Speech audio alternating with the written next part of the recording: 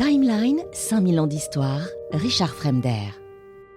Cette rébellion est jugulée par une effroyable brutalité, c'est vrai, grâce au ralliement de Pélage et de ses 600 soldats noirs. On est en 1802, au mois de mai 1802. Vous avez 250 insurgés capturés qui sont condamnés à mort. Encerclé, Delgrès va se faire sauter avec ses derniers compagnons. Vous avez une nouvelle insurrection à Sainte-Anne, réprimée tout aussi sauvagement.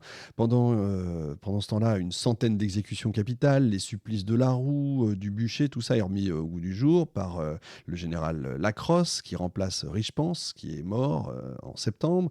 D'autres massacres, c'est vrai, vont entraîner encore plusieurs milliers de morts au sein de la population noire. Dans la même veine difficile, à Saint-Domingue, vous avez Rochambeau, capitaine général, qui multiplie les exécutions capitales, les meurtres collectifs, poussant la cruauté jusqu'à organiser au moins à 2 reprises des jeux du cirque en faisant combattre en public des révoltés contre des chiens spécialement dressés. C'est une horreur. Il ne parvient évidemment pas à empêcher la proclamation de l'indépendance de l'île. Vous imaginez à cette époque-là, l'éloignement. Bonaparte n'a donné aucun ordre de massacre. On aurait retrouvé, on a tout, on aurait retrouvé le document, même s'il sait, il n'est pas idiot, que la reprise du contrôle des colonies ne va pas se faire avec des pâquerettes, que le sang va couler. Mais quand il apprend le comportement de Rochambeau, il va lui adresser des reproches très sévères. Pareil, il n'emploie plus les responsables des exactions jusqu'au tournant de l'Empire en 1810, au moment où il aura besoin de tous ses officiers. Il va jusqu'à les désavouer publiquement. Il ne peut pas plaider l'innocence parce qu'il a, il n'a pas cherché à organiser le génocide dont il est accusé. C'est pas un génocide, c'est pas non plus un raciste. Encore une fois, je le redis, le sujet est compliqué. Aucun esclave n'est présent en métropole. Moins de 10 000 hommes de couleur vivent en métropole en France. Il convient quand même de noter que la Grande Armée comptait dans ses rangs non seulement des généraux noirs, des généraux mulâtres, mais aussi des bataillons entiers issus de recrutements coloniaux. On a déjà fait une émission sur le sujet. L'un d'eux s'est même illustré pendant la campagne de 1805. Napoléon va demander à son frère Joseph, le roi de Naples, d'enrôler d'ailleurs des personnes issues de ces rangs-là. Ils vont participer à la prise de la place de Sora, dans le Latium. Vous savez, les partisans de Fra Diavolo, en 1806. Ils vont servir de troupes d'élite pour impressionner les populations, un peu à la façon des Mamelouks de la garde impériale. Donc, vous voyez, rien à voir. Ce qui, encore une fois, n'empêche pas de dire qu'effectivement, il y a eu des actes difficiles, très compliqués, très durs, très inacceptables, même encore, déjà à l'époque, mais en plus avec nos yeux d'aujourd'hui, qui ont été perpétrés par des gens un petit peu fatigués, je dirais. Mais pas Napoléon lui-même, en tout cas, il n'a pas écrit quoi que ce soit. Mais ça pourrait être, là encore, sujet à une émission, à un joli débat d'ailleurs, parce que de la même façon, le massacre vendéen, le génocide, on peut dire peut-être, oui je crois, génocide vendéen, il n'y a pas non plus un écrit officiel disant il faut génocider la Vendée. Voyez. Donc tout ça est effectivement compliqué, pas aussi simple que ça, parce que l'histoire, c'est pas tout blanc ou tout noir, c'est pas comme ça. Alors on a entendu aussi, et puis on l'a vu dans le film, Napoléon, quel misogyne, déteste les femmes, etc., etc.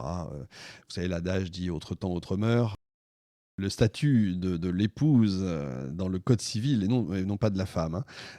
Encore une fois, on peut faire la différence. C'est l'occasion d'un procès en misogynie, bien sûr. Si on admet que la femme mariée avait des droits différents, voire inférieurs, c'est vrai, à ceux de son mari, il faut le comprendre.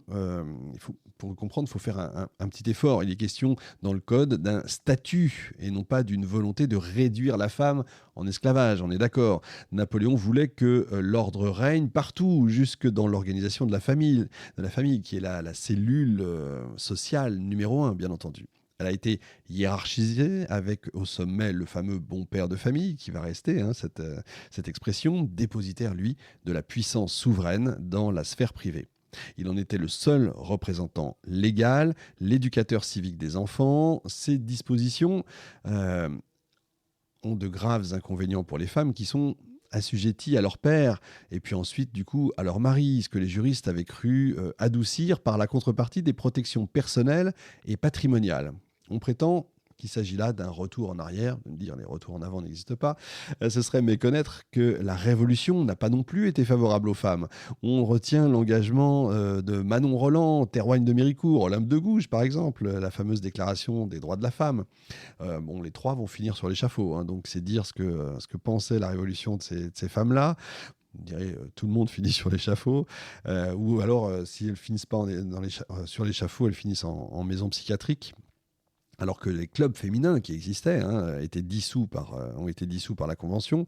Le flambeau a été repris plus discrètement par Madame de Staël, Constance de Salm, qui glissait des arguments en faveur de la famille, cellule sociale première, l'égalité entre les sexes, déjà dans leurs romans.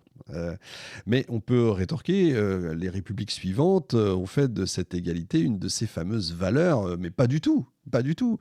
Si vous regardez sur le plan juridique, la tutelle de l'époux ne commence à reculer qu'en fait dans les années 1890.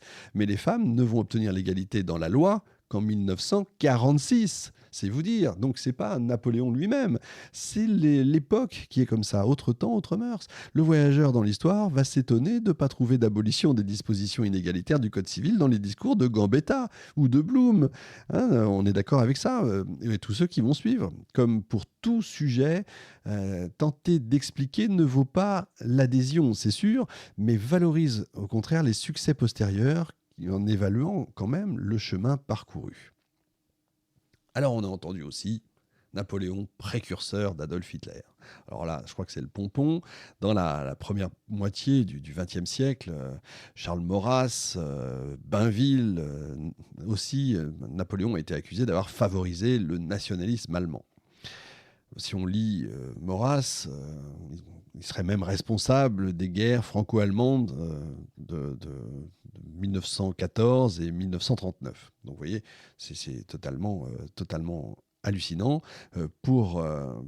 Plus tard, vous avez une partie de l'historiographie anglo-saxonne qui s'est amusée, effectivement, à comparer, je vous ai expliqué pourquoi, Hitler et Napoléon, pour en conclure presque que le second était une copie du premier.